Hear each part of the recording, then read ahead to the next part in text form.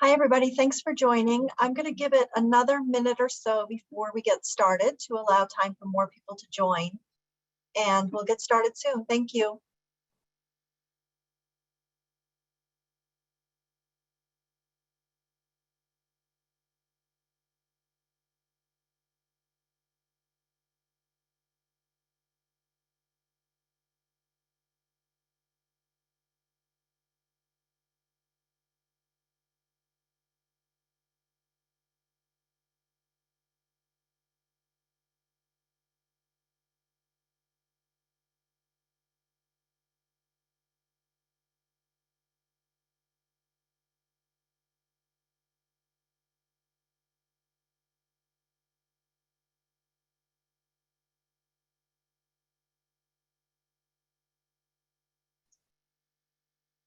Hi, everybody. Thanks for joining today's call. I'm going to give it another minute or so. It seems to be kind of slow going for people who are joining. I know we have a very large call today. We have, I think, over 1,000 people registered at this point. So I just want to give it a little bit more time for more people to be able to join before we get started. Thanks for your patience and thanks for joining.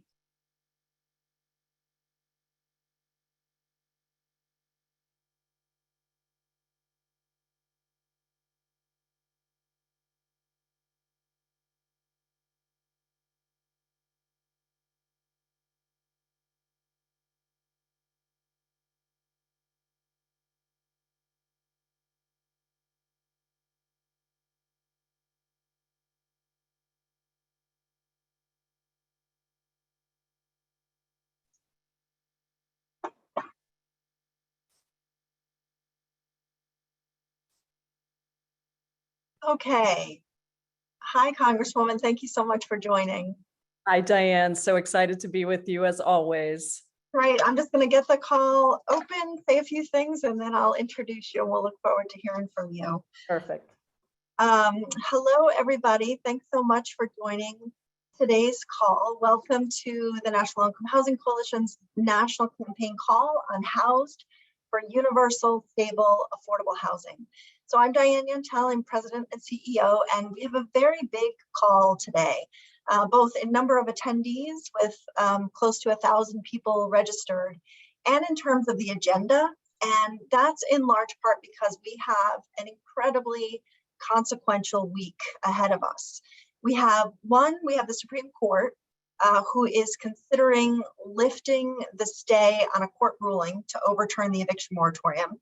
They could rule as soon as Friday or this weekend and could potentially lift the stay on a previous order that overturned the moratorium, which, in other words, could potentially leave millions of renters without protection against eviction for non-payment of rent. Two, also this week, we have what are probably the final attempts by the president and by Senate Republicans at a bipartisan deal for the infrastructure spending bill. So we're likely to know soon which of two very different paths Congress may take to an infrastructure bill, one with little to no housing investments, and the other with potentially $318 billion in housing investments, including investments in at least two of the HoUSed campaign's top three priorities for an infrastructure bill. So President Biden and Chairwoman Waters have both advanced our campaign priorities by proposing for the infrastructure bill major investments in public housing and repairs and $45 billion for the National Housing Trust Fund. And this week, we have Representative Waters, chair of the House Financial Services Committee, introducing discussion draft legislation and holding a full committee hearing on the third of our priorities for an infrastructure bill, which is universal housing vouchers. So it's an incredibly consequential week and clearly so much more for us all to do. One, to continue to keep renters stably housed under the eviction moratorium until emergency rental assistance reaches them. And two, to get all three of our top priorities of the HoUSed campaign included in a final infrastructure bill. So we have a really full agenda to talk more in depth about all of this. And I'm so thrilled to introduce our first speaker, Representative Jayapal. So Congresswoman Jayapal is serving her third term in Congress. She represents the 7th District of Washington State. She is the first South Asian American woman elected to the U.S. House of Representatives. And she chairs the Progressive Caucus, who, by the way, is advancing all three of our top priorities for the HoUSed campaign. In her role as chair of the Progressive Caucus, she leads on housing, immigration, income inequality, healthcare, climate change, and racial equity. And last year, the National Income Housing Coalition was really proud to stand with Congresswoman Jayapal as she introduced the Housing as a Human Right Act as part of the Progressive Caucus's housing platform to end homelessness and housing poverty once and for all. So Congresswoman Jayapal, thank you so much for your leadership on housing and racial justice. And thank you for being here today. I'll turn it over to you now.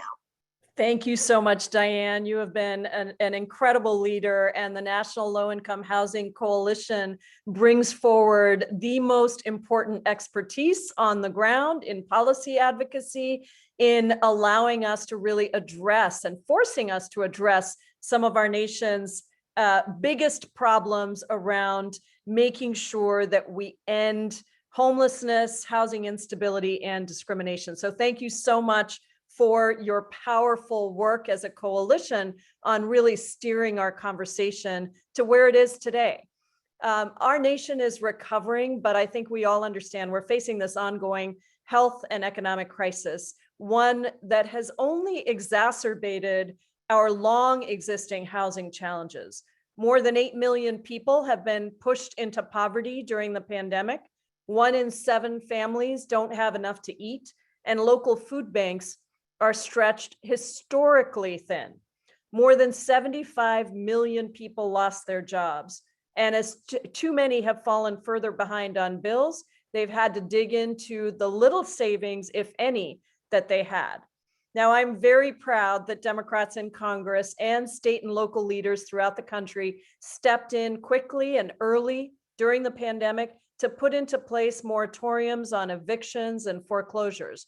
And we've extended those as we've worked to keep a roof over people's heads. And as Diane said, on top of those efforts, as chair of the Congressional Progressive Caucus, I'm so proud that the CPC, which is 95 members strong in the Democratic caucus in the House of Representatives, has been putting housing and homelessness at the top of our priority list, and that we work to ensure the most progressive package in recent history in the American Rescue Plan was passed. Legislation that puts money in people's pockets with survival checks, expanded unemployment assistance, and a child tax credit that helps cut poverty in half.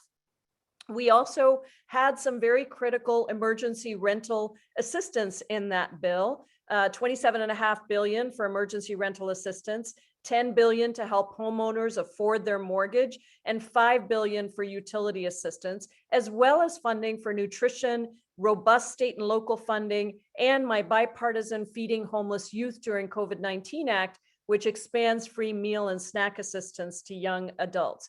And of course, recognizing the severity of the emergency, I pushed very hard for the Rent and Mortgage Cancellation Act to ensure that all rent and mortgage payments are canceled throughout the duration of the pandemic. But the work of making sure that resources from the rescue plan actually get to where they need to go is ongoing, and we really need your help for that on the ground to identify some of the problems. Just a small example, recently, my office worked with housing advocates in Seattle to finally resolve a huge problem that have surfaced where people who were houseless were not getting their survival checks, even from the first CARES package, much less the second. And through the work that my office did, hundreds of checks came pouring in to houseless people as a result, but it wouldn't have been possible without the direct link between your advocacy and eyes on the ground as to what's happening and where the resources that we're putting into the system are actually going or not going, and then our advocacy working within the system.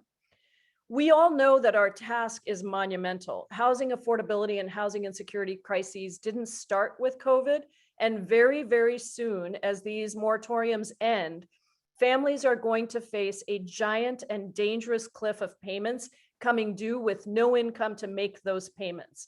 And the work to house people, pandemic or no pandemic, has only become harder and not easier.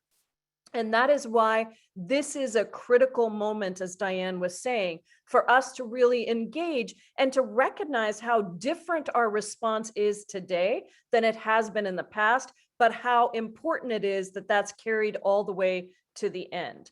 This dual crisis of homelessness and housing instability predated COVID-19. Rates of unsheltered homelessness have increased over the last few years, including a huge uptick in kids without homes.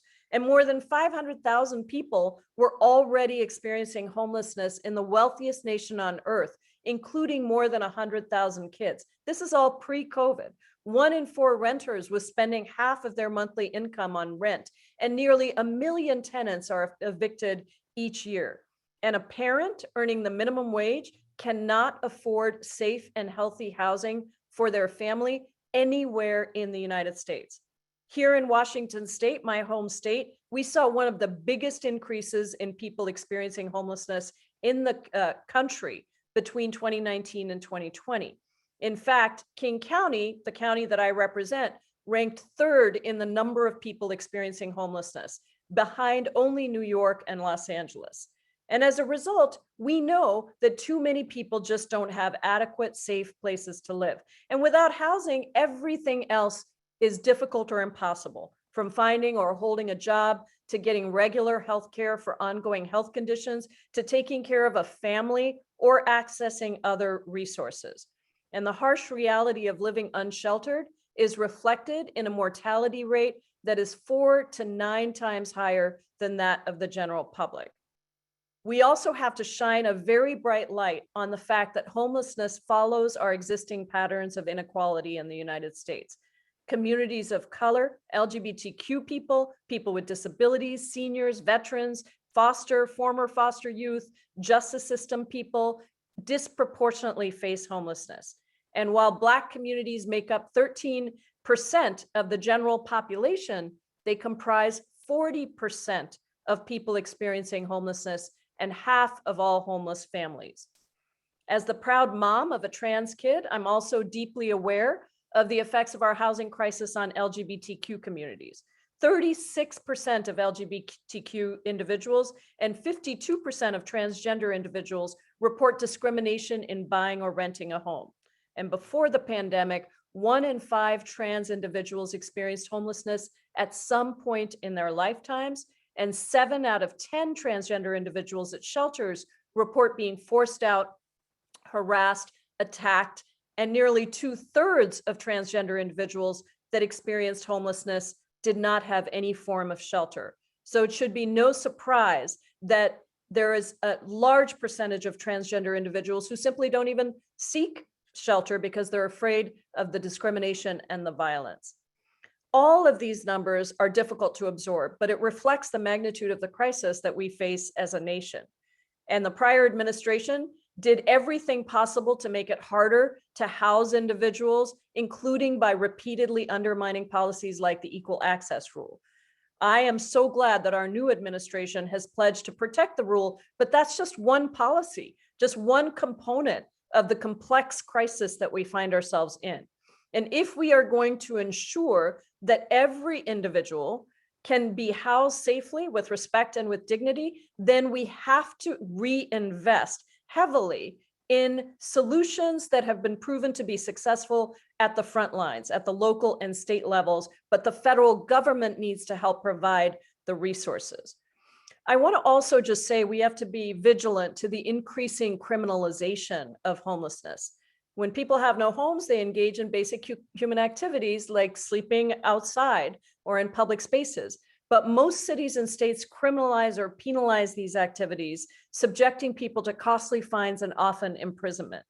Penalizing and incarcerating people does absolutely nothing to end this crisis and only leads to worse outcomes that come from sleep deprivation or stress or frequent interactions with law enforcement. Let us be very clear about one important factor. This experience of homelessness is not a moral failure of individuals. It is a structural failure on the part of a society that has failed again and again to make the needs, including safe and affordable housing, of the most vulnerable a priority. This is a human-created crisis but that means that we can fix it, and we must. Any legislation that seeks to do so has to be rooted in the belief that all humans have the right to basic necessities, including a bed to sleep in and a roof over their head.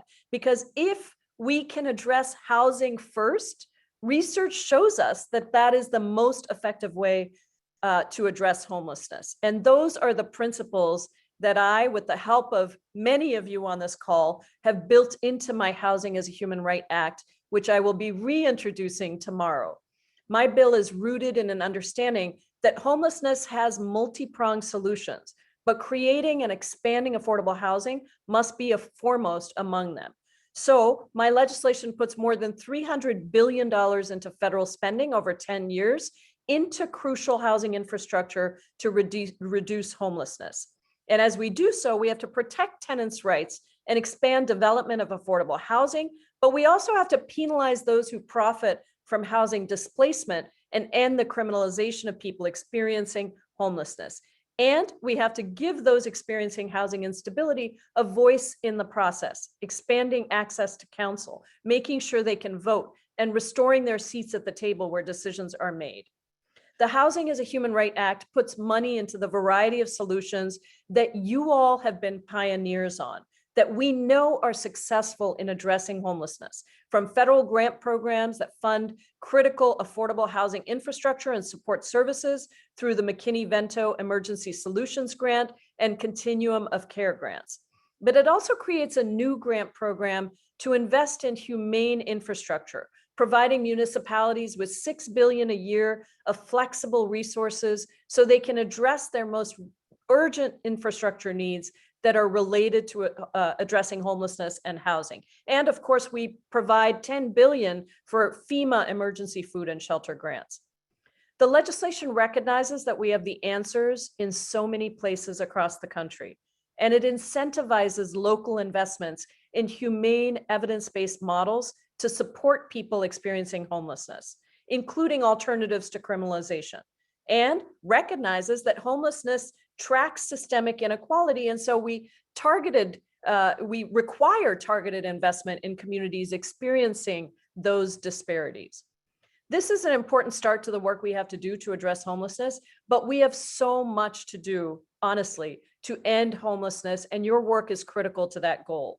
If we invest the extensive amounts of federal dollars, we can help states and local organizations on the front lines and provide housing and supportive services for vulnerable communities, ensuring that everyone in America has their dignity recognized, a bed to sleep in, and a roof over their head. Now, as Diane said, we have a real opportunity right now for a once-in-a-generation set of federal investments through the upcoming American Jobs and Families Plan. Now, you all know, you've been reading the papers just like I have, you know the challenges of this, but we cannot let up on the Congressional Progressive Priorities' clear position that we need to go now on a big, bold, and fast package that includes addressing safe housing for all, as well as many wraparound investments that are crucial to addressing the racial wealth gap and income inequality. If we don't move now with a single package, we will lose momentum. And we need that momentum, and the public is with us on making sure that we invest big and bold and address these critical issues. We need to give robust funding to the National Housing Trust Fund and set aside substantial funding for permanent supportive housing for people experiencing homelessness. We need to guarantee those housing choice vouchers and eliminate the Fair Cloth Amendment once and for all to expand public housing to meet our nation's need. And these are all top priorities in our top 5 priorities for the American Jobs and Families Plan for the Congressional Progressive Caucus. Now, climate change is a real threat, and it stands to exacerbate our housing and homelessness crisis. And so this infrastructure plan may be our only opportunity to get ahead of the curve by weatherizing and making energy efficient upgrades to protect housing. And also, this is our best opportunity to establish a federal affordable housing acquisition fund so we don't have to rely on emergency orders in the event of an economic downturn to protect tenants. Housing is infrastructure, and the sooner we're able to roll out proposals with that urgency in mind, the better it will be for ensuring that we emerge from the pandemic better able to support families than we did before. So I'm looking forward to continuing this work with you as we reintroduce my legislation tomorrow, as we move the American Jobs and Families Plan forward, and as we do everything necessary to finally guarantee housing as a human right. Following your lead on the ground in communities across this country, I am truly convinced that we can create an America where everyone has a place to call home. Thank you so much for the work that you do on the ground every single day to move us forward, a giant leap forward, not one step back. And I am so proud to be in this struggle with you every step of the way. Thank you so much. Amazing. Thank you so much, Congresswoman Jayapal. I cannot imagine a better, more dedicated, more passionate leader on housing justice than you. And I'm just so thrilled to have you on our side and to be walking with you on this path. We are very excited to again strongly support your housing as a human right legislation, and certainly to continue working with you to get all of the priorities that you laid out and that the Congressional Progressive Caucus are prioritizing in the American Jobs Plan. If you have time for one question, I would love to just, it seems like there are real risks in this moment with the potential for a bipartisan deal that could include nothing for affordable housing as opposed to the $318 billion that's been proposed. So from your view, what more can we do to ensure that the infrastructure package, whatever it's called, whatever it looks like in the end, does include these major, robust investments for affordable housing, and that they be targeted towards the lowest income, the most marginalized people with the greatest needs? Well, I think that the real thing we need right now is your very loud voices, both publicly and privately, with the White House, with Senator Schumer, with Speaker Pelosi, with all of our leadership, the chairs of the committees, to say we need to go big, bold, and fast. I mean, I really, Diane, forgive me for being cynical that we are going to get bipartisan support on anything. I mean, this is a Republican Party that gave us not a single vote for the American Rescue Plan, which was widely and broadly supported across the country, including by Republicans and independents. This is a Republican Party that couldn't even vote to get a commission through on the terrible attacks of January 6th. And it's a Republican Party whose negotiators start from $250 billion in investment. And that's kind of where they've stayed. I mean, don't be fooled by the ideas that it's a $1 trillion package. It's not, because $750 billion of what they've proposed is existing funding that is already allocated for things through the COVID relief package. And we can't pull those investments back. So I think that the message has to be, frankly, the president's message, which is this is an opportunity for a once in a generation investment. It is broadly popular across the country, what is being proposed. And of course, the CPC is pushing for more, but this is widely supported, not only the elements of housing and free community college and the healthcare pieces that we're pushing for, but also in terms of the fairness of the tax system that is can pay for some of these investments. So let's keep pushing the idea that we can't repeat the failures of the Obama administration, where that strategy was to try to get Republicans on board. We actually negotiated down from what was originally envisioned. No Republicans came on board. We lost enormous momentum and time, and we didn't do what was necessary. That cannot be what happens this time around. So lots of advocacy, big, bold, fast. This is urgent, and housing is infrastructure. Great, big, bold, and fast. I love it. We're on it. We will support that message and certainly support you in your fights in Congress. Again, thank you so much for your leadership and all of your tremendous work.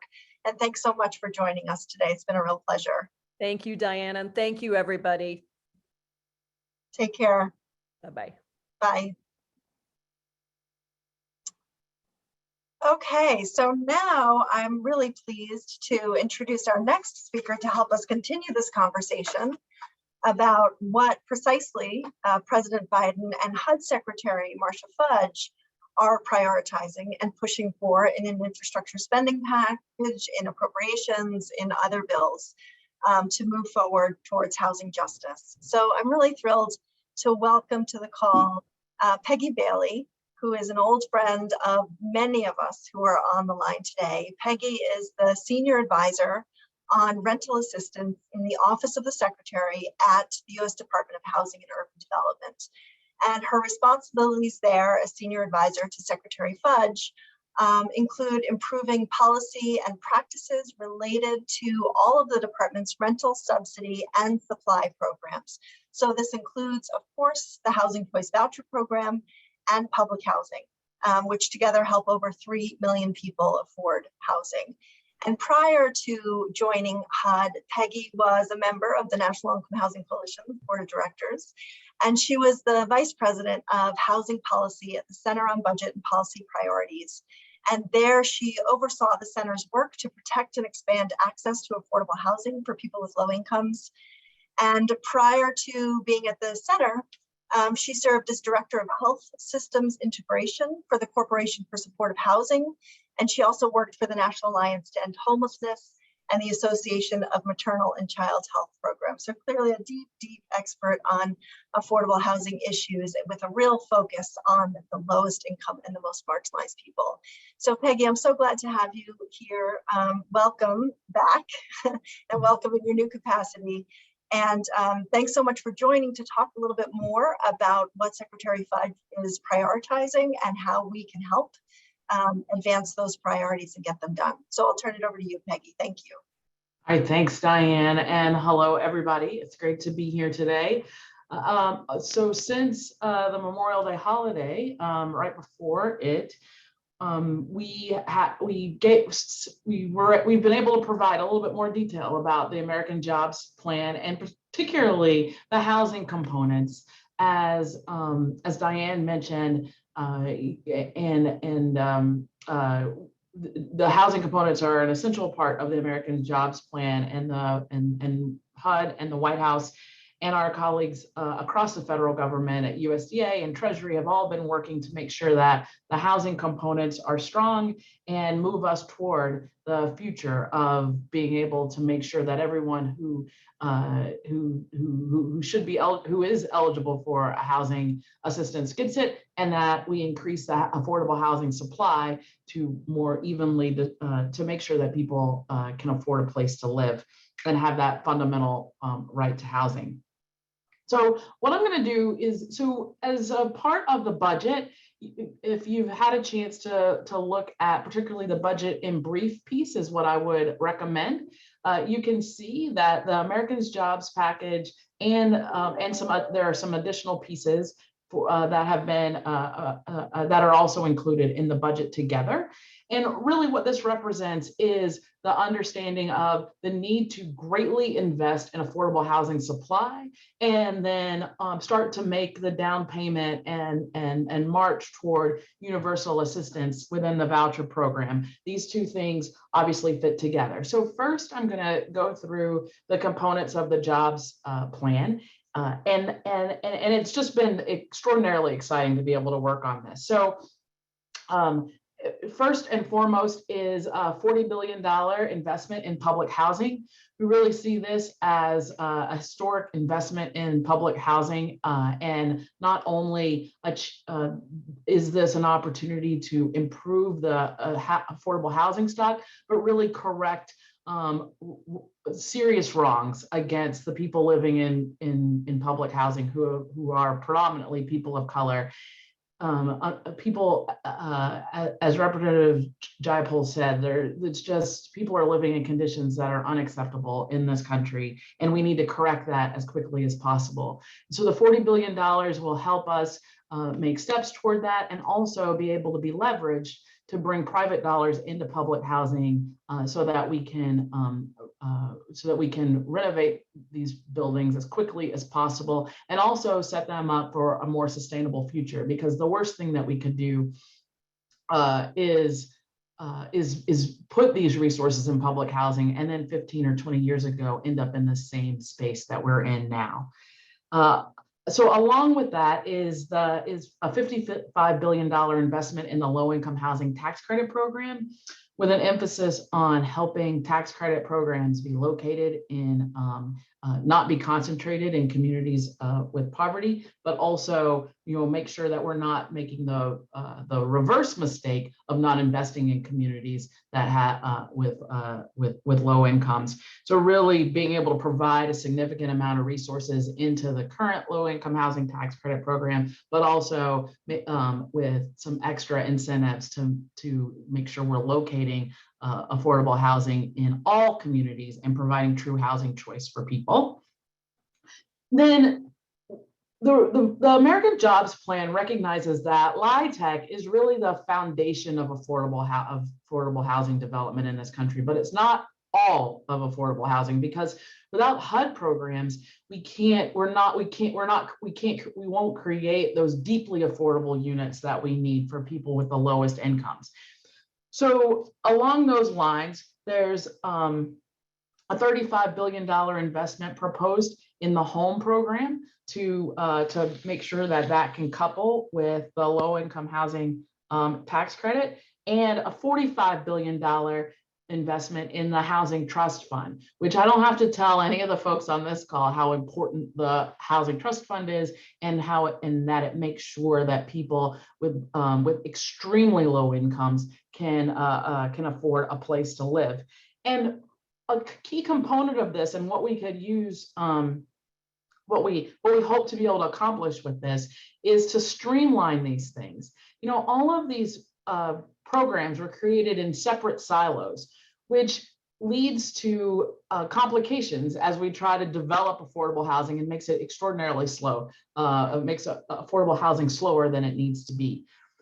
So as we move forward with the jobs package, the HOME program, the Housing Trust Fund, project-based vouchers, which are also a part of the proposal, we want to take this opportunity to streamline those things so that the programs work more intentionally together better. And we recognize that the way that we develop affordable housing in this country is using all of those things. As Diane said, I worked at the Corporation for Supportive Housing. So I think of it as using supportive housing as the model for how we develop affordable housing, right? Not everybody needs the services that come with supportive housing, but a lot of people need the affordability piece. And that is what we've learned from the supportive housing world, is how to layer these things, these programs together, and we've got to make it easier. And we've just got to accept that this is the way that we build affordable housing. So these things have to work together more efficiently.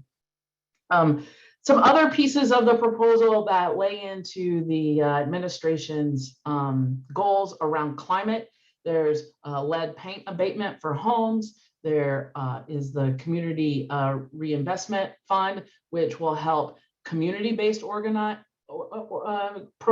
organizations lead in projects at the local level, so that community voice is not only heard, but has money behind it to bring forward projects that the people in the neighborhood want to see move forward. We think that this is a way to get at recognize that gentrification doesn't need to be the way to redevelop communities, that by investing in the people in the community, we can help people stay and benefit as communities are revitalized. There's energy efficiency programs and energy resiliency.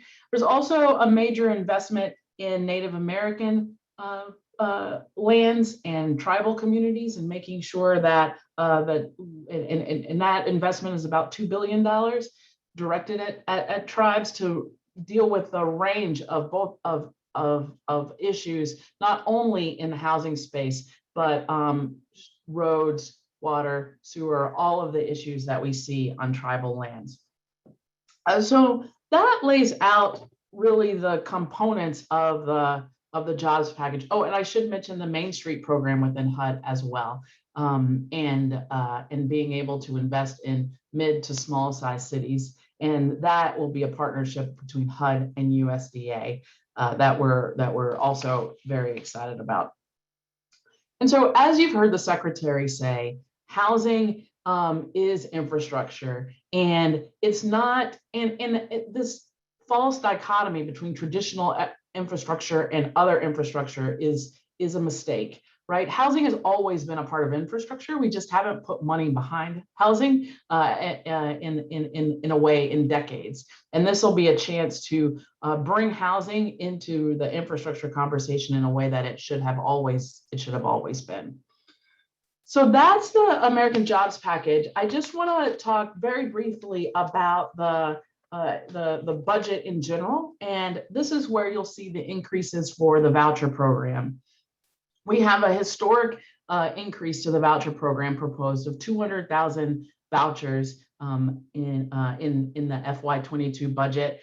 Coming along with this are resources for mobility services to strengthen those, to make sure that families have real choice about where to live, and the administrative fees for public housing authorities being fully funded, because we need to recognize that we have to invest in the housing authorities in order to make sure that they can proactively engage landlords and do all of the things that can help reduce the barriers to access of housing for voucher holders. We definitely want to move forward source of income protections, but those can be hollow without actual actions taken at the local level that reduce the barriers to that too many families face when they're trying to use their voucher, and then wrapping around supports around families as they're able to be stably housed, and making sure that housing authorities have the resources to be full partners in that. So I think I will stop there so that I can take questions.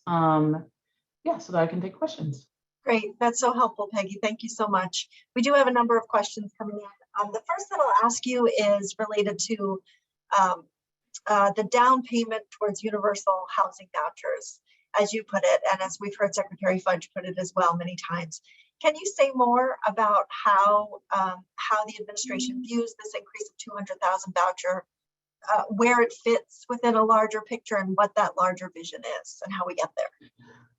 Yeah, well, as everyone knows, creating a universal voucher program is a priority for the administration and remains a priority for the administration. This 200,000 vouchers is a first step along that road. What we want to do is, over the next year and time in the administration, is to look at what we can learn from things like the emergency housing voucher program, where we've been able to provide more flexibilities than the traditional voucher program, where we can have a conversation with stakeholders.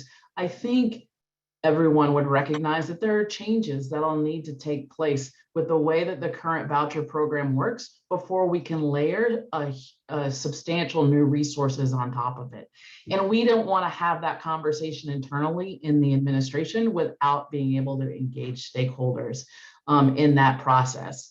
Thinking about, how do PHAs work together? Is there an opportunity to build better asset building for renters into the program? How do we handle fair market rents and try to make sure that that people with disabilities, for example, can use their voucher in a place that's accessible for them? These are the things that, as we scale up, we're going to have to solve, or we could make some serious missteps. So that's the plan moving forward, is to do everything we can and fight for these extra 200,000 vouchers, and then have a conversation with stakeholders in the near term to think through what will it take to really build a sustainable program that everyone can access. Great, thanks, Peggy. And I just have to stop. I just have to pause and again just be amazed at hearing, you say that the administration's priority is universal housing vouchers. It's just such an incredible opportunity. So exciting to hear. We have a couple of questions about project-based vouchers. Jacqueline Wu says that she'd love to hear more about HUD's thinking regarding PBVs, since that hasn't been a big part of the conversation lately, and that you're very right that these operational subsidies need to be recognized as a key part of affordable housing development. And Anna Strahan is also talking about project-based vouchers, noting their importance and wanting to hear more about how the administration is thinking about that.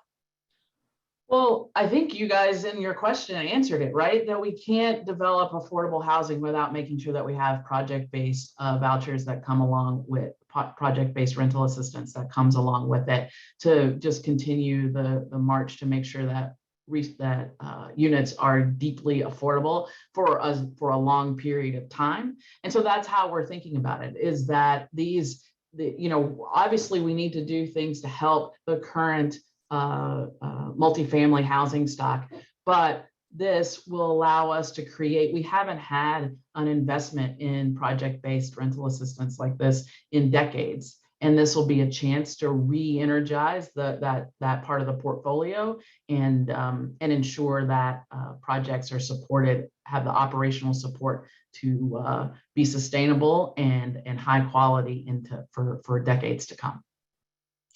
Great. And Mary Sanders is asking about how people with disabilities will be prioritized. So as we try to scale up programs, it's going to be really important that we do this holistically so that everyone can access the resources. The point of being able to retrofit public housing to increase the affordable housing stock is to make sure that we're not segregating housing in the way that we have before, and that we're moving out of an environment of scarcity that we've created these separate silos of funding. So the way that people with disabilities will be impacted by these programs is the fact that we have such a large investment, and with being able to create new units, they will be accessible because of local building laws, and they will be able to be places that everyone can access.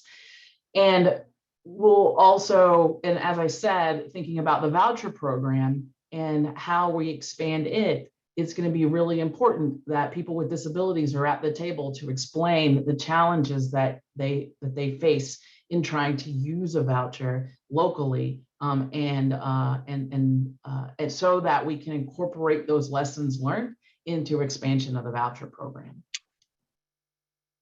Okay, thanks, Peggy. And Justin Eidelberg is asking about broadband infrastructure, asking when will HUD update its broadband infrastructure policy, and needs for broadband to be installed for under-resourced families living in low and affordable housing. So broadband is a huge priority for the secretary. She is passionate about making sure that everyone has access, has proper access. And COVID and the pandemic and staying at home and having to work from home and kids learning from home have only worked to highlight the need for broadband access. So that's something that we're continuing to work on. Through the COVID, through the waivers that HUD has had through the pandemic, we've learned a lot about being able to pay for broadband during the pandemic. There are extra resources available for broadband, and it's something that we'll be working on through the jobs package to really scale up to make sure that not only thinking about all of the challenges, both with public housing, making sure that we figure out how to pay for it in the utility space, and then making sure that rural areas are connected. Great. And another, oops, I just lost it. Hang on. Oh, okay. Another question, sort of broadly applied. This one's from Sylvia Werba, is about climate resilience and energy efficiency. And if you could tell us some more about intended uses for these funds. Yeah, and so this has been a really exciting piece of work within the administration because HUD has been doing work in this space since the Obama administration, but it's just been a little under the radar in the last few years, in the last few years. And so our intent is to bring it back into the forefront. So the package, and I don't have all the numbers all memorized, so I need to actually read this part. So the package includes about $8 billion in the Department of Energy's Weatherization Assistance Program, and then another $500 million in grants and low interest loans to renovate multifamily homes. I think a key piece of this is, we've had to explain a lot more than I would have thought, but as a houser, you forget what people know and don't know, how investments in mainstream housing impacts particularly voucher holders, right? Because they're the ones that are going to be renting those units. So anyway, just saying that that's something that we have to be able to explain, how the programs work in that way, and how voucher holders will benefit from this. The jobs plan also proposes $10 billion in consumer electrification rebates, modeled after the bipartisan bill, the Hope for Homes Act, that would help extend and expand existing home efficiency tax credits for working families. So we're really trying to take both a energy efficiency and a resiliency approach to thinking about the impact and the footprint that housing has on climate. Great, thanks, Peggy. And the last question I'll ask you for today, I'm going to combine two questions, and they're both about expanding vouchers. One is around how will HUD coordinate expansion of vouchers together with efforts around fair housing and FHEL within the department. And the other question is around how HUD will approach landlord outreach for voucher expansion. All right, so while these things are still under development, now that we've gotten the budget out, we'll start to think about how to, what the engagement process will look like going forward. But internally, yes, we, the Office of Public and Indian Housing and the Fair Housing and Equal Opportunity Office work really closely together, and we'll continue to do that. And we'll think about the ways that the fair housing, what's needed in collaboration with fair housing as we expand the voucher program. I think that's one of the things that I was alluding to before when it comes to source of income protections in particular, right? How do we just laying money on top of the current program and not making sure that we're protecting people's ability to actually use their voucher with landlords is going to be vitally important. And then engaging landlords, we will most definitely, we can't expand the voucher program without engaging landlords in the conversation. I think there are a few things that I'm confident we will do, and that's obviously working with the landlord associations and bringing them to the table and making sure that they bring actual landlords to those conversations will be really important. We're also learning a lot from the research and how in communities that are instituting landlord incentives and how that's helping or not maybe having an impact, and really studying what works for engaging landlords. I think the other thing that we're learning from is through our partnership with Treasury on the Emergency Rental Assistance Program and the engagement, because in order to ramp up the voucher program, we're going to have to engage landlords who haven't traditionally engaged with government resources in this kind of way. And the Emergency Rental Assistance Program is a first indication of what is it going to take to make sure that landlords accept those resources and can be clues into what we're going to need to think about when it comes to the voucher program. Great. Well, Peggy, thank you so much. we're so thrilled to have you in the position that you're in such a senior position within the department and within the administration. And just really appreciate you taking the time to join us today. Would love to have you back in the future to continue the conversation. Absolutely, anytime. And let me know if there are, and I'm sure we'll be in contact along the way. So thanks, everybody. It's great to be here and looking forward to the road ahead. Thanks very much, Peggy. Okay, now we're going to make a little change to the agenda that was sent out in advance so that we can stick to the conversation around both the appropriations and the infrastructure spending package and how we achieve these incredibly ambitious and suddenly very possible priorities. So for that, I'm going to turn to Sarah Saadian, our VP for Policy, to talk about what's the latest on Capitol Hill. Thanks, Sarah. Yeah, great. Thanks so much for having me.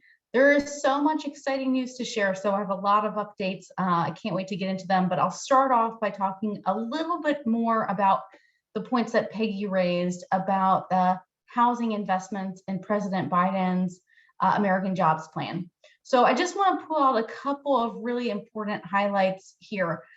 First major development is that the president called for an additional $100 billion or so for housing investments than what was previously proposed about a month ago. So they started off by calling for $213 billion.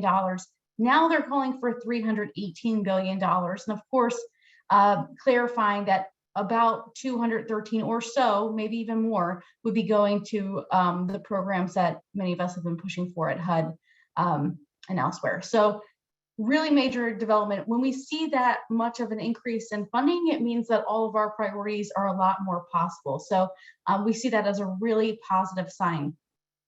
Second major development with the American Jobs Plan is that the president made it clear that they support at least 2 of the 3 priorities that the House campaign has for an infrastructure bill. They included $45 billion for the National Housing Trust Fund and really robust resources for public housing. Again, that's a major win for this campaign because it gives us more momentum as Congress starts and continues to negotiate what could be in a final bill. But what's really missing from that American Jobs Plan is a really significant expansion of rental assistance. But we are seeing and making a lot of progress there in another way. So I want to dig into that now too. So major news to share. Diane sort of talked about it at the top of the call, but House Financial Services Committee Chairwoman Maxine Waters released a discussion draft of a bill to provide universal housing vouchers to every single eligible household. Really major move here. We've been waiting and hoping to see major legislation like this from her. We're also going to see later this week on Wednesday a hearing in the House Financial Services Committee to discuss this bill and other similar measures. So I just want to clarify to folks here, the reason why, I have no doubt that the reason why Waters has introduced this bill and is pushing forward in a hearing is because of all of the really great, effective and sustained advocacy that you guys have been engaging with over the last year. This is a major step forward in our campaign, and it gives us a real opportunity to drive home why universal rental assistance is so important. The hearing is going to have a number of witnesses that we know of so far. Ann Oliva from Center on Budget and Policy Priorities will be testifying, as well as Mary Cunningham from the Urban Institute, Ben Metcalf, who's now with the Turner Center at UC Berkeley, and Chancellor Al-Mansour, who is from Housing Rights Center, who all of them will be testifying in support of universal vouchers and the steps we need to take to move there. The bill itself is quite remarkable. It really essentially creates a universal rental assistance entitlement program for all eligible households, phased in over 10 years. The first year you would see an additional 500,000 vouchers. That increases to 1 million new vouchers a year for the following 4 years. And then starting in fiscal year 2026, it creates an entitlement program starting really with people with the very lowest incomes first, but expanding each year between then and 2030 until we are fully covered and every single eligible person has access to rental assistance. but it's really, really important that they went beyond just providing resources in the bill. And I'm just going to ask a colleague of mine if they can share a link to the hearing. Great, thanks so much.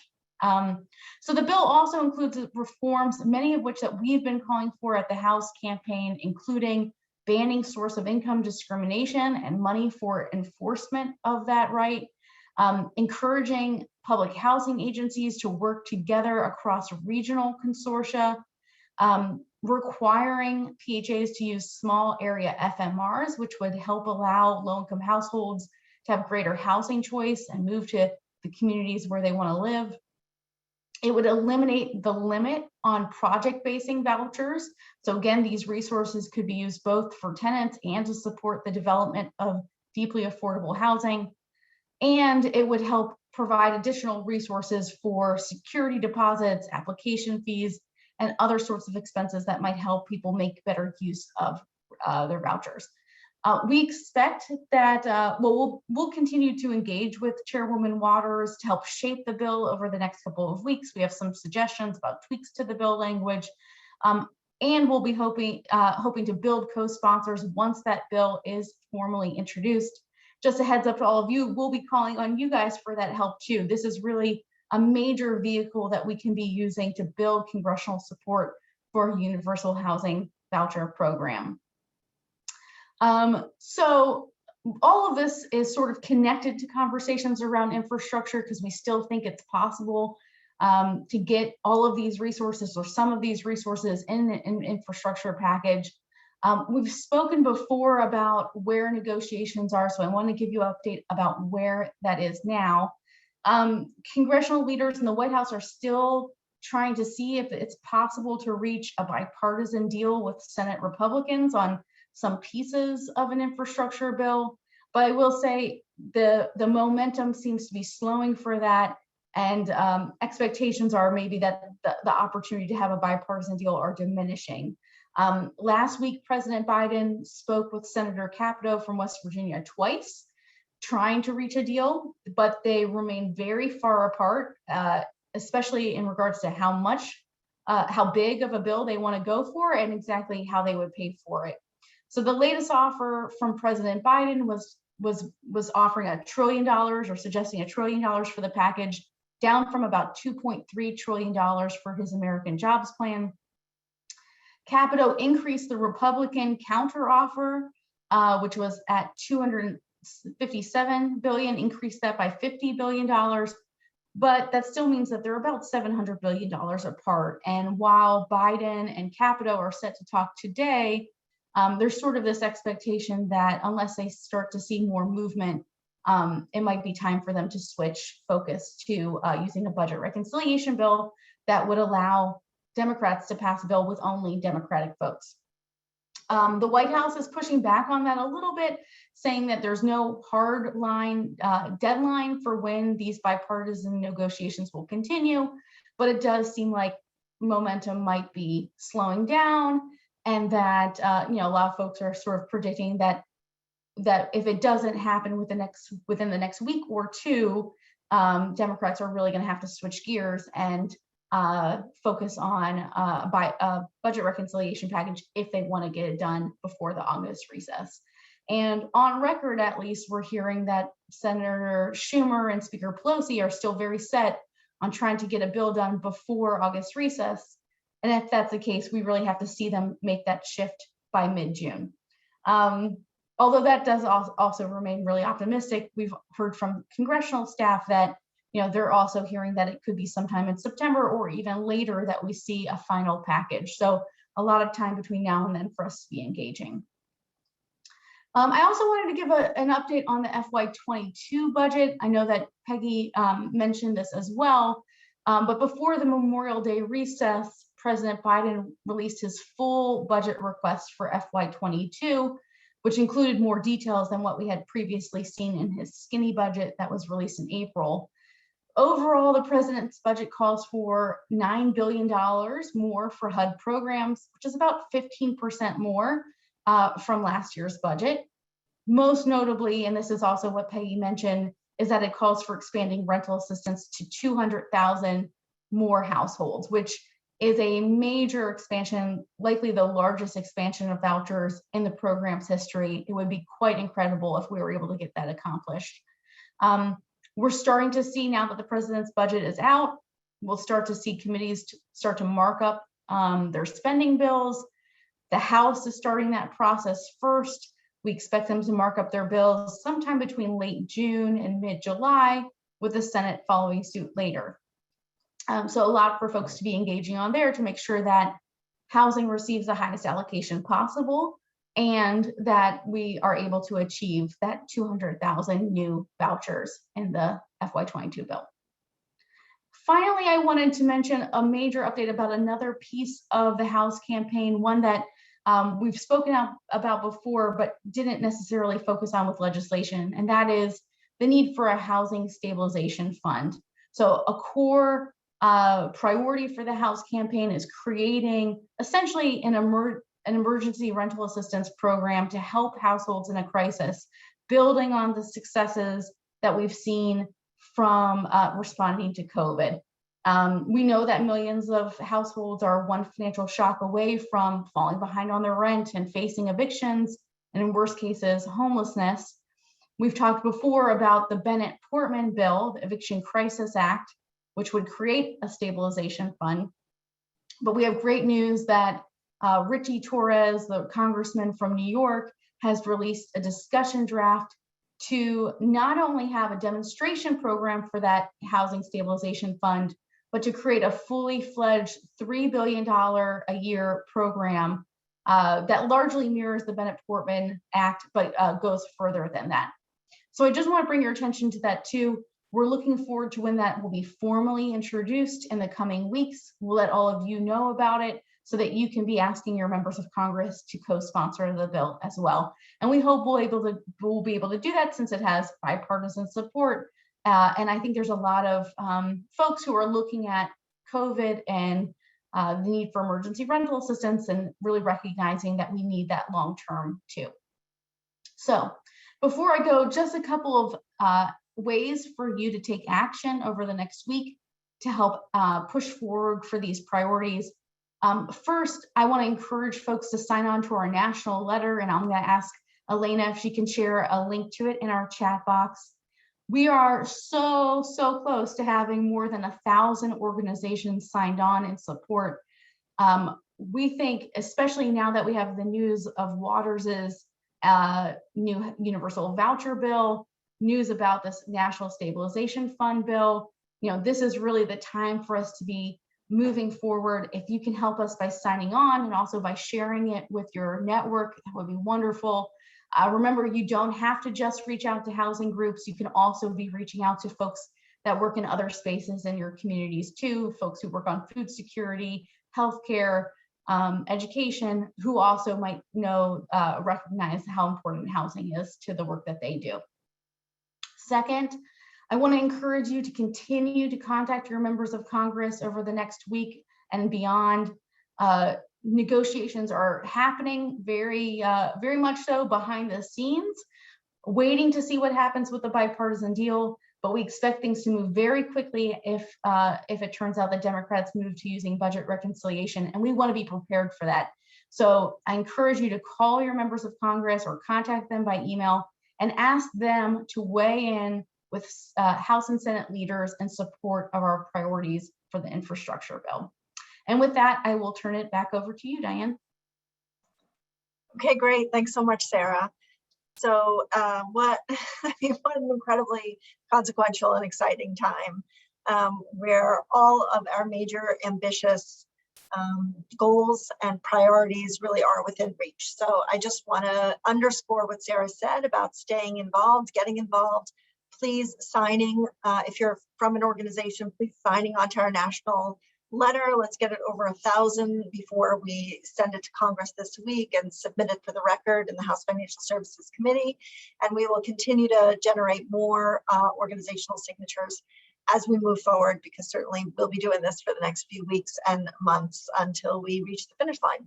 So I'm going to turn now to our next speaker, and I'm actually going to adjust the agenda just a little bit I'm going to hold off on giving the developments on the CDC eviction moratorium until we get closer to the end of the call. And I'm going to turn now to our speakers, Dr. Morgan Hoke and Dr. Courtney Bone from the University of Pennsylvania, to share latest research on health impact of evictions on young adults. So Morgan, thanks so much for joining us. I'll turn it over to you. Thank you so much, Diane. On behalf of both Courtney and I, thank you so much for inviting us here today to share our research with you. Eviction represents an urgent social economic issue here in the US, and as Congresswoman Jayapal mentioned, the scope of the problem is significant. The importance of this issue has been made even more clear in light of the ongoing COVID-19 pandemic, which has created even more significant economic vulnerability for many who are now at risk of losing their homes. However, in spite of the enormous impact, the population health impacts of evictions, as well as the pathways linking eviction and health, are not really well documented or well understood. So in our research, we seek to identify and document the role that evictions play in shaping public health in the US, as well as identify those pathways through which eviction and foreclosure can impact our health directly. Next slide, please. So there are multiple pathways through which eviction can affect health, as seen in this figure from our paper. First, eviction can result in increases in disease exposure, which can in turn lead to illness. For example, those folks who may have lost housing during the pandemic would have likely had to move into overcrowded shelters or double up with other families, thereby increasing their exposure to or potential exposure to COVID-19 and their risk of becoming sick. A second pathway is through environmental exposures. There's a lot of research that's shown that people who experience eviction are more likely to have subsequent exposure to substandard housing, which may increase their risk for exposure to toxins like lead, which can lead to pretty significant health effects depending on the life stage. Finally, there's the pathway that we've examined in this research we're talking about today, whereby eviction is associated with significant psychosocial stress, which can lead to negative mental health outcomes such as anxiety and depression, but may also lead to negative or harmful coping behaviors and the experience of toxic stress, both of which can also affect health outcomes. Of course, it's important to note that many of these pathways actually intersect and influence one another, and it's very likely that someone who is experiencing an eviction is affected through more than one pathway. But for the purposes of our study, we're focusing on this middle pathway, looking at psychosocial stress and mental health outcomes.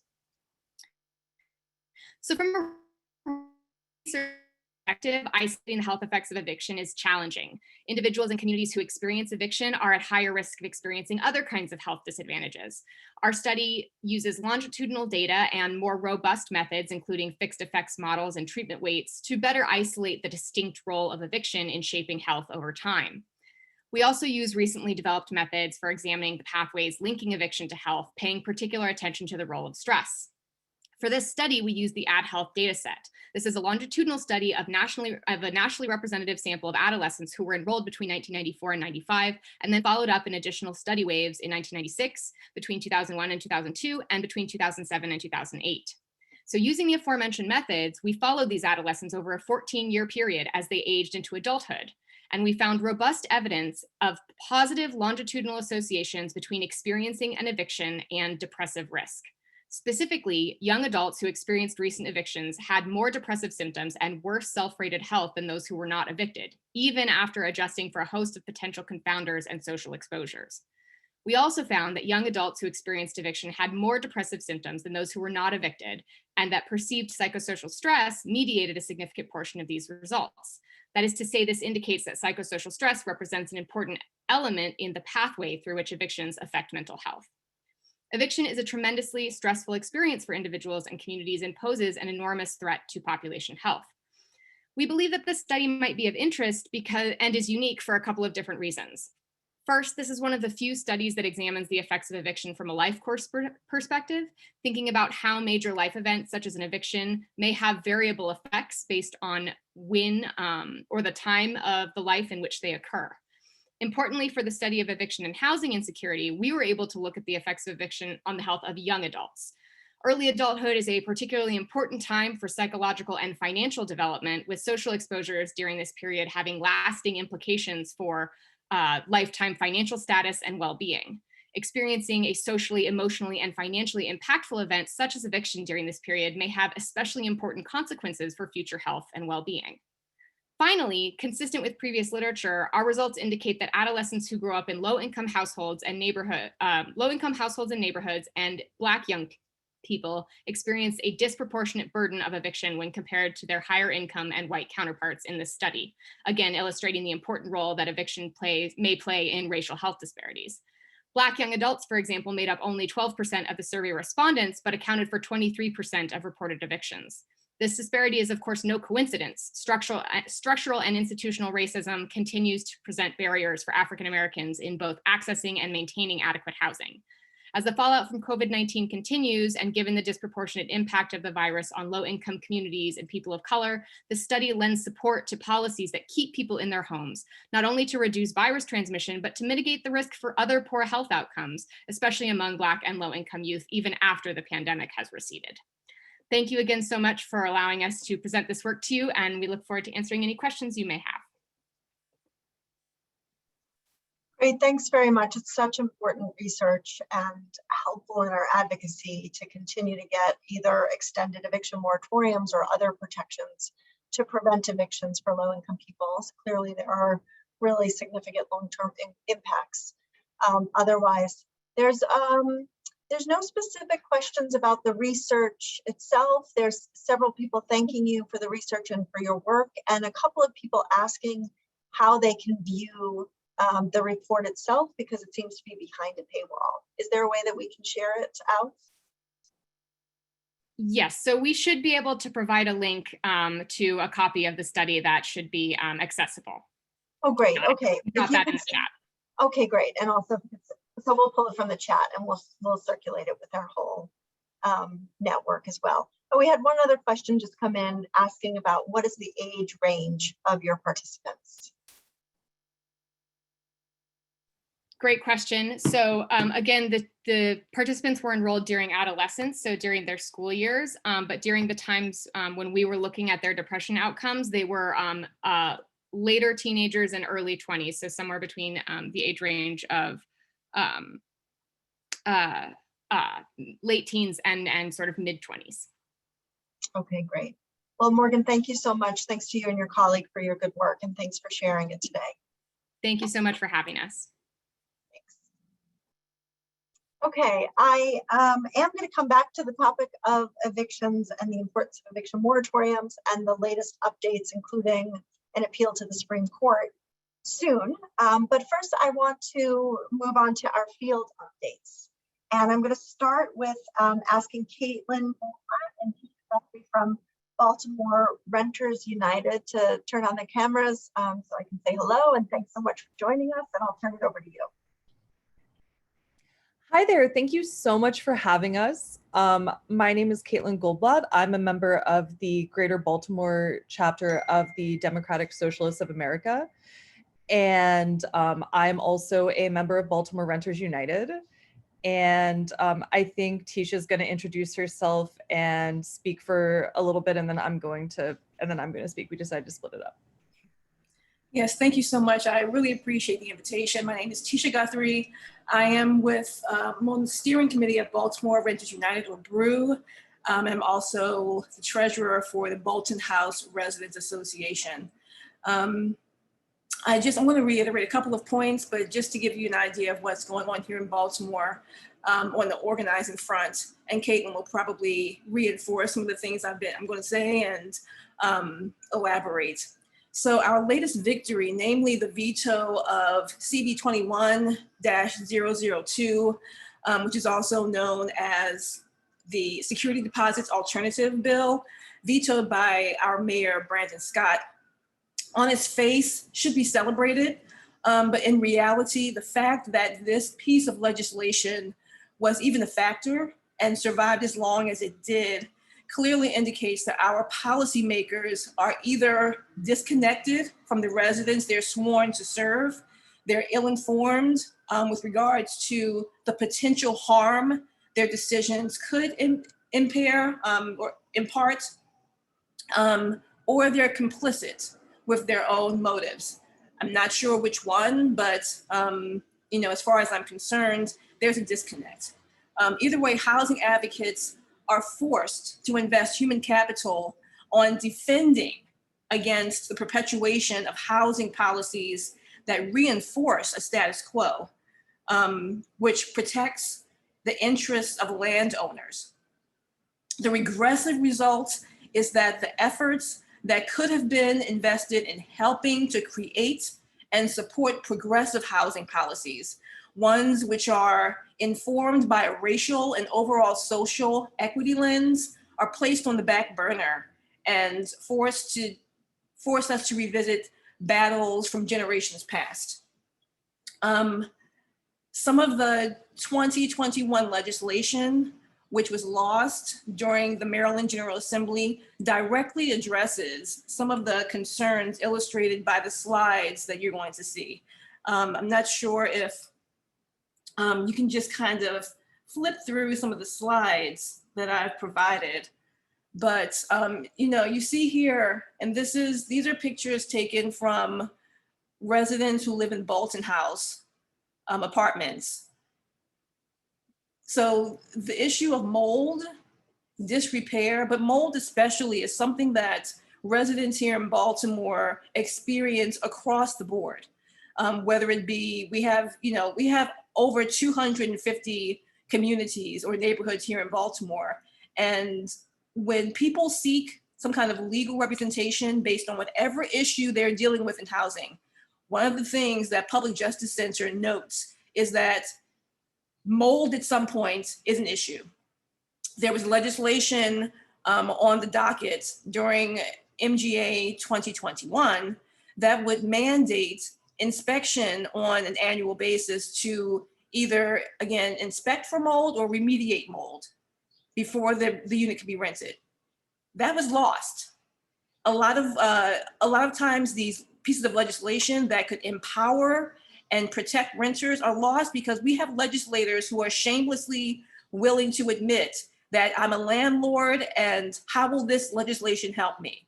So, that is something that really needs to be dealt with because the power imbalance is something that continues to perpetuate these inequities.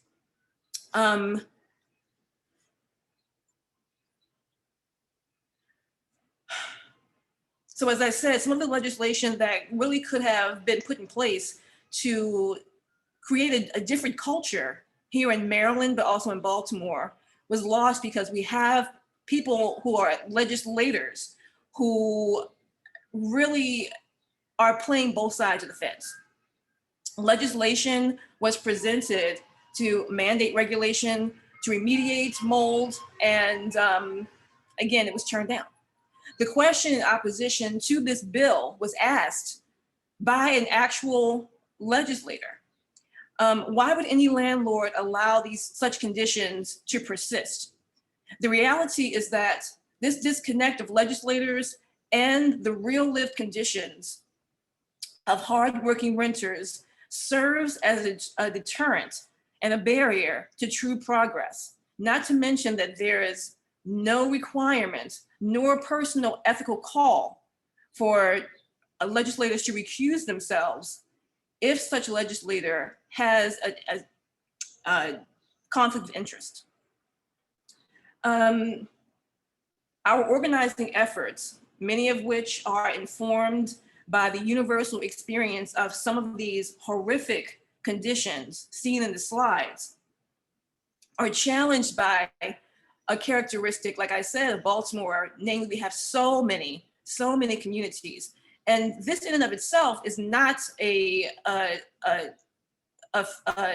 ill character, but what it does is that it creates invisible fences, whether based on ethnicity, strictly geographic, or other demographic determinants.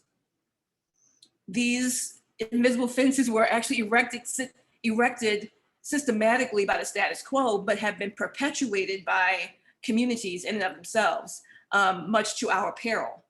Understanding that West Side Baltimore renters are enduring the very same circumstances as their East Side neighbors can only fortify us and lend us the volume to voicing our demands and exercising our power.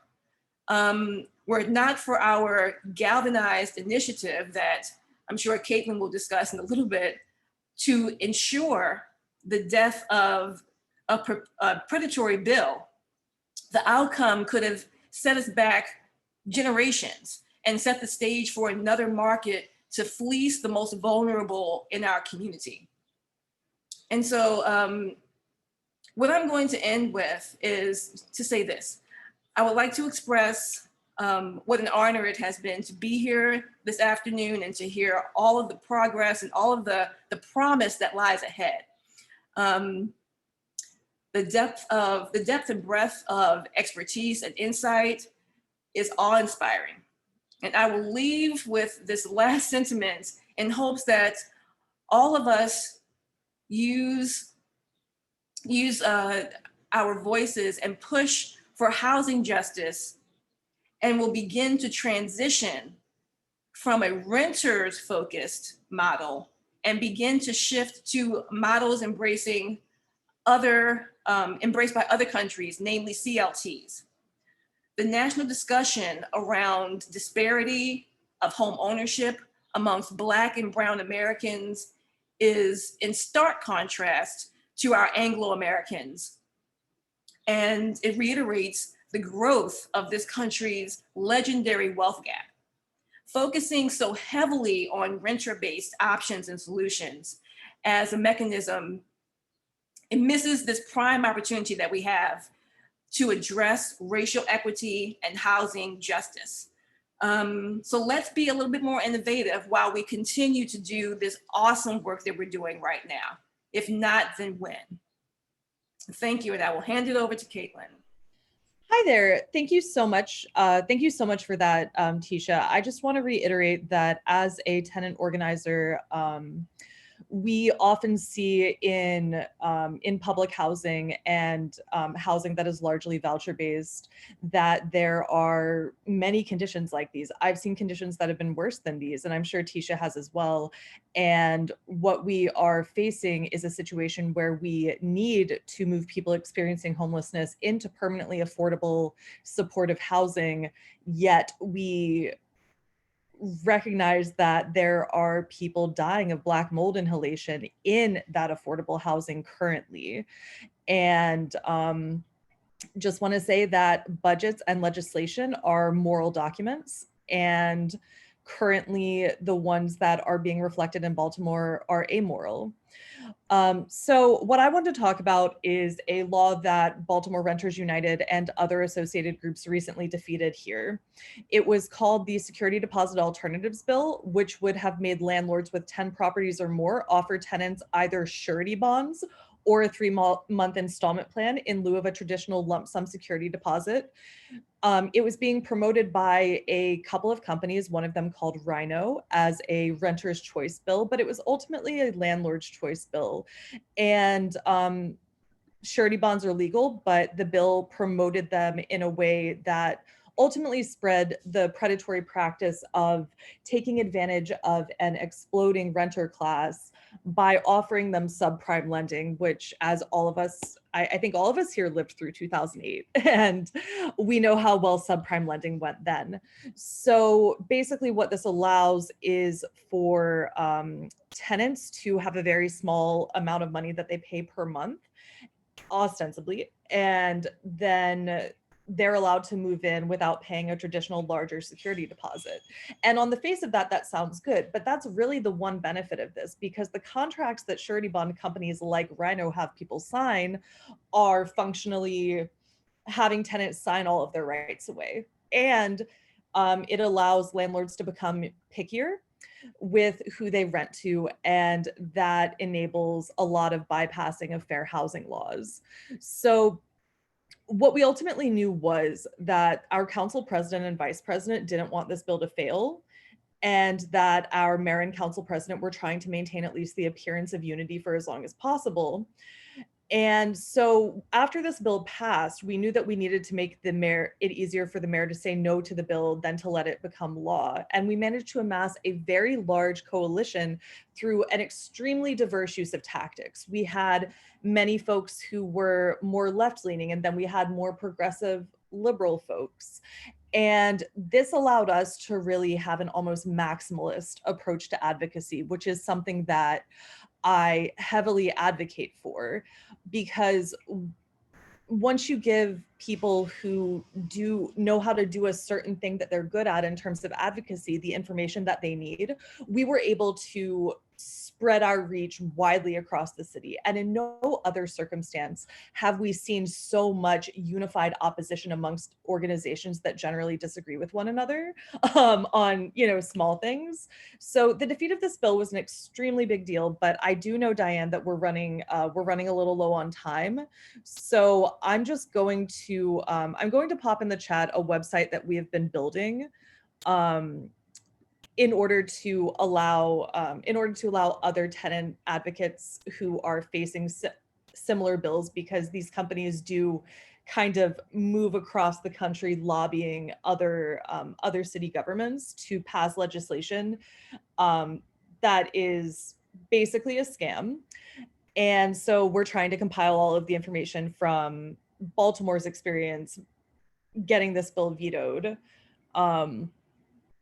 for other cities to model on. And the website is not fully built yet. There will be more information going up on it, but just so you have access to it for when Rhino comes to your city. Thank you so much. I'm sorry I couldn't go into quite as much detail as I would have liked, but again, just to reiterate everything Tisha said, we need more creative, innovative solutions, and I really appreciate everyone here who is working towards those. Great, Caitlin and Tisha, thank you so much. Thanks for your really strong leadership and your important work. I really appreciate you joining the call. We'll be sure to share these materials out with our full network as follow-up to this call as well. Thank you very much. So I'm going to turn now to our next field update from Oregon. We have Sybil Hebb on from Oregon Law Center.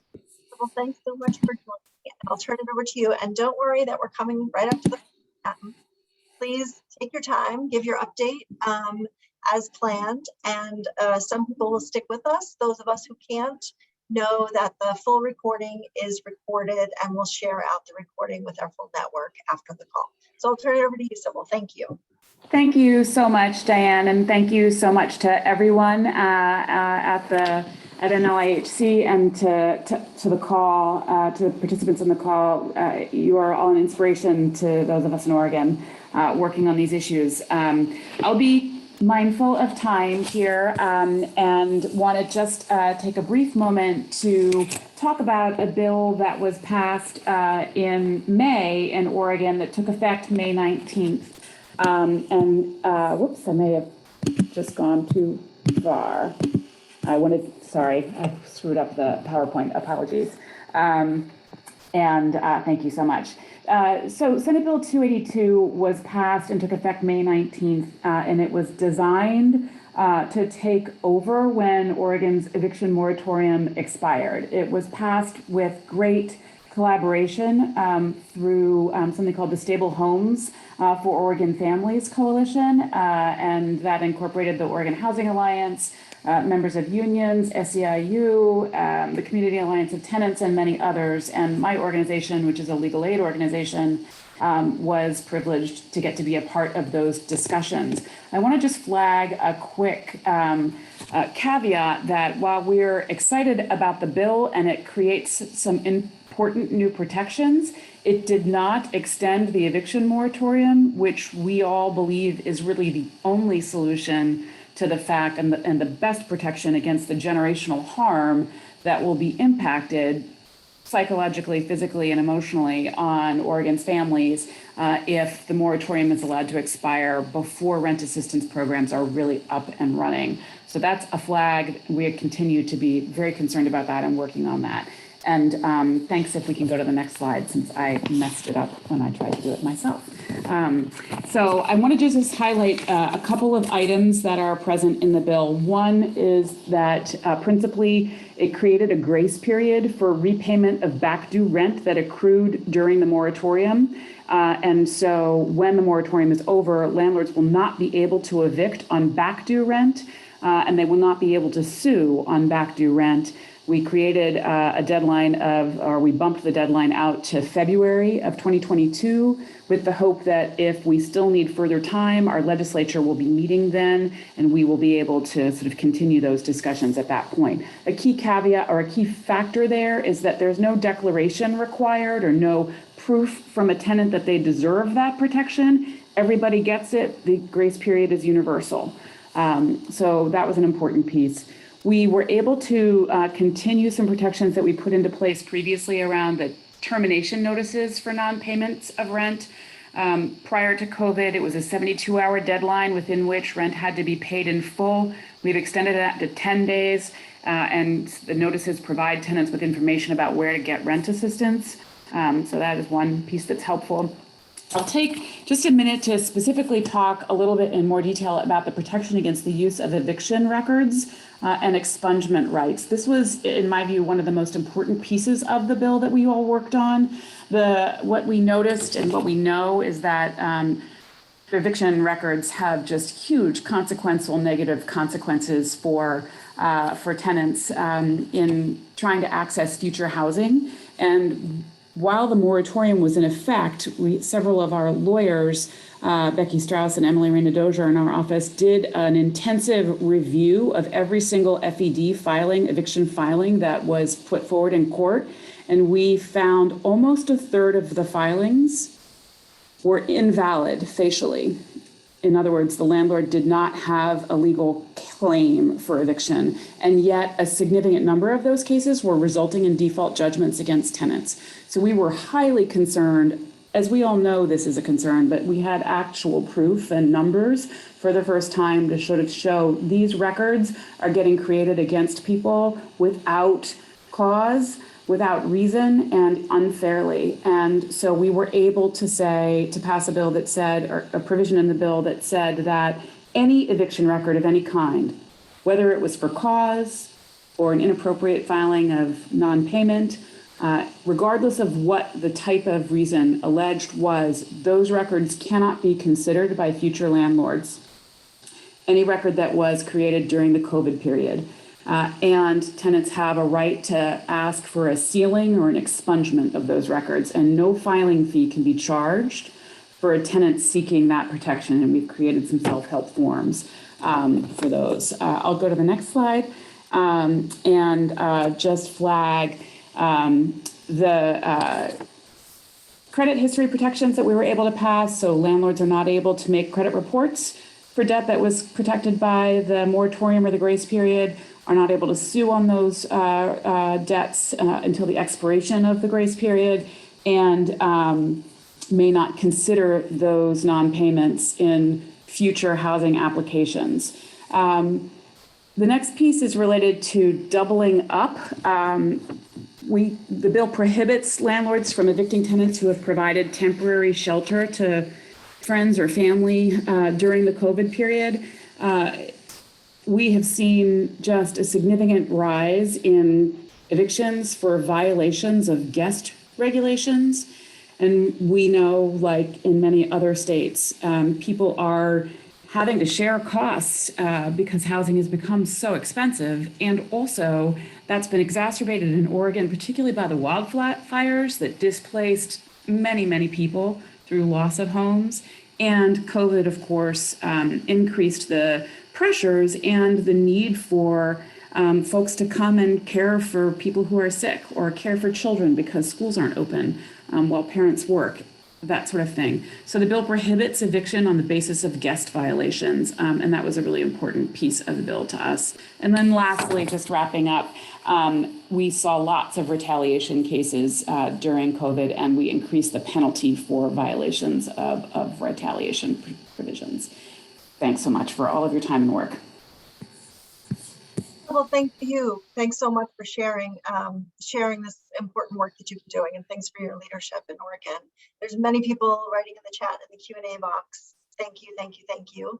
And one question that I'll ask you from Michael Santos at Results, who's asking, what are the enforcement mechanisms? And he asked specifically around what's the enforcement mechanism for the screening requirement. So thank you so much. So there is a statutory penalty for violation of the screening requirements. It is not very high, but there is a hook there that folks can use. But unfortunately, the provisions there are really enforced, like the rest of our Landlord-Tenant Act in Oregon, largely through court. And so we're trying to step up our efforts. Becky Strauss in our office and others are trying to step up our efforts to provide greater access to legal assistance and education and outreach around those provisions. But it's a good question, and the answer is not enough. Great. Thanks so much, Sybil. Really appreciate your leadership and your partnership, and thanks for joining today's call. Take care.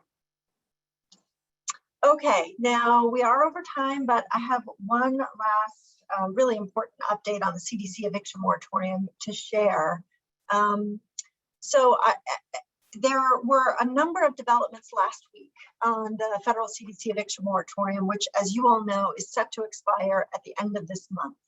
So last week, the U.S. Court of Appeals for the District of Columbia ruled that it would continue to stay a lower court ruling that was attempting to overturn the CDC eviction moratorium. So in other words, this latest ruling was the highest court in the land yet to rule on the eviction moratorium, and they ruled to keep the stay that the lower court judge had put in place to say, while the Court of Appeals considers the underlying case, the CDC eviction moratorium remains in effect. And this U.S. Court of Appeals, while they were only asked at the moment in that ruling to say something about the stay on the lower court's ruling, they actually took that opportunity to kind of opine on the lower court's ruling as well. And they said that they felt the Department of Justice made a very strong showing that they were likely to succeed on their appeal of the lower court's order to overturn the moratorium. So that was very good news. That happened, I think it was on Friday. Really good news for the millions of renters who are remaining stably housed because of the protections under the CDC eviction moratorium. And as many of you probably know, there's currently about 6 million renter households who report still being behind on their rent. The emergency rental assistance has not reached them yet, and they are at heightened risk of eviction when and if the eviction moratorium goes away. This is almost twice as many homeowners that lost their homes to foreclosure in the 2008 financial crisis. So in response to that stay, the next day, I think it was Friday, a group that is representing the interests of some of the landlord plaintiffs, and it's led by the Alabama Association of Realtors, filed an emergency petition with the Supreme Court. And they're asking the Supreme Court to lift that stay and allow for the lower court's ruling to strike down the eviction moratorium to take effect immediately. And I have to just say that I think it's really astonishing and incredibly disheartening that the realtor associations and the National Association of Realtors, in their support for them, are working so hard to overturn this eviction moratorium a few weeks before it is set to expire. And as I said in a statement to Reuters, if they spent a fraction of that same effort working with landlords to encourage and enable them to apply for the emergency rental assistance, maybe they wouldn't feel such a need to work so hard to try to evict these tenants during the global pandemic. So now the Supreme Court acts next. And again, they're not asked to rule on the underlying case. They're only asked now whether or not they should lift that stay. If they did, it would have the effect of striking down the eviction moratorium, even while the Court of Appeals continues to consider it. So now the Supreme Court has given the Department of Justice until Thursday to respond. And at that point, either Chief Justice Roberts himself and on his own, because he is assigned to the DC Court of Appeals, will respond, or he may involve all 9 justices to rule on this request. And that response could come anytime after the DOJ responds on Thursday. So It could be as soon as Friday or this weekend, could be next week, it could be weeks from now, and we really have no way of knowing. And the possible outcomes of this are, one, they lift the stay. Essentially, they eliminate the moratorium protections immediately, or they continue the stay until the appeals court rules on the underlying case, which, by the sound of it, they're likely to overturn, and which the realtors may then appeal to the Supreme Court. Meanwhile, also last week, in a separate case that this time the National Association of Home Builders brought to overturn the eviction moratorium, the case of Skyworks in Ohio, the district court for the Northern District of Ohio, he ruled a clarifying statement on his own ruling that said that his decision that essentially struck down the CDC eviction moratorium only applied to the plaintiffs in the case, which is what we and others said at the time. And he said that that includes the members of the National Association of Home Builders, because the National Association of Home Builders was one of the plaintiffs. So the home builders are touting this as a big success for their members who, in their view, are no longer required to follow or give the protections under the CDC eviction moratorium. In our view, and in other legal experts' view, that ruling only binds the parties to the case, which are the owners themselves. The tenants who live in the properties that are owned by the National Association of Home Builder members, they are not bound by this decision, and they are still protected if they take all the steps they need to under the eviction moratorium. So clearly this is going to be incredibly confusing for many people, including low-income renters. And the broad message right now is that the federal eviction moratorium remains in place throughout the country for tenants who are eligible and need that assistance. But do stay tuned, because it could change pretty dramatically and pretty quickly, and we'll certainly share information as soon as we have it about any changes. And in the meantime, we are working closely with members of Congress and with the administration, with folks at the White House, Department of Treasury, HUD, to think through what more can be done to protect low-income tenants who are at risk of eviction if and when the federal eviction moratorium expires. And we'll talk more about all of this on next week's national call. And again, of course, we'll send an e-blast out as soon as there's any big news to share on the eviction moratorium. So finally, for next steps, I want to say that also on next week's call, we're going to talk about another opportunity that states and cities have to use funds from the American Rescue Plan to build affordable housing. And that's through a pot of $350 billion that's gone to states and localities. And one of its uses is affordable housing development and potentially even vouchers or other types of rental assistance.